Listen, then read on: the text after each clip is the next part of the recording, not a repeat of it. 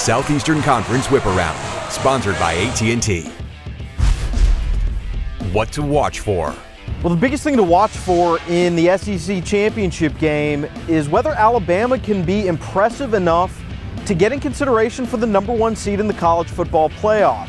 Alabama's been stuck at #2 behind Clemson.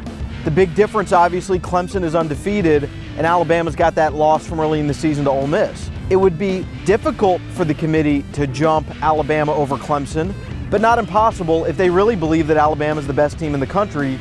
To make that happen, though, the first step would be beating Florida impressively in the Georgia Dome. Championship buzz.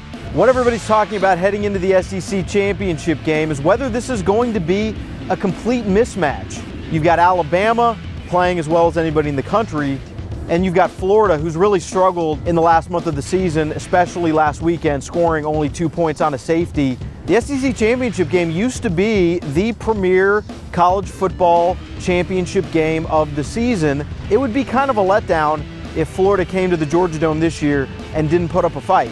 But the way these two teams have been playing, nobody expects it to be close. Key matchup.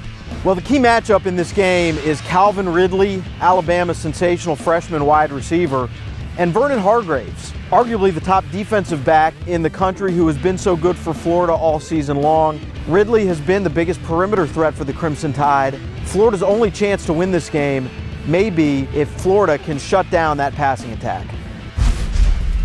Under the radar. Well, the under-the-radar player to watch in this game might be Adam Griffith. All those jokes from the last few years about Alabama and kicking field goals, well, they just don't apply this year. Griffith has been really good, and this is the kind of game against Florida and a very good defense where you may not get in the end zone on every possession. You may have to kick some long field goals. Adam Griffith may be the difference maker in the Georgia Dome. Pick a winner. There's really not a whole lot of doubt about who's going to win the SEC championship game. It's going to be Alabama.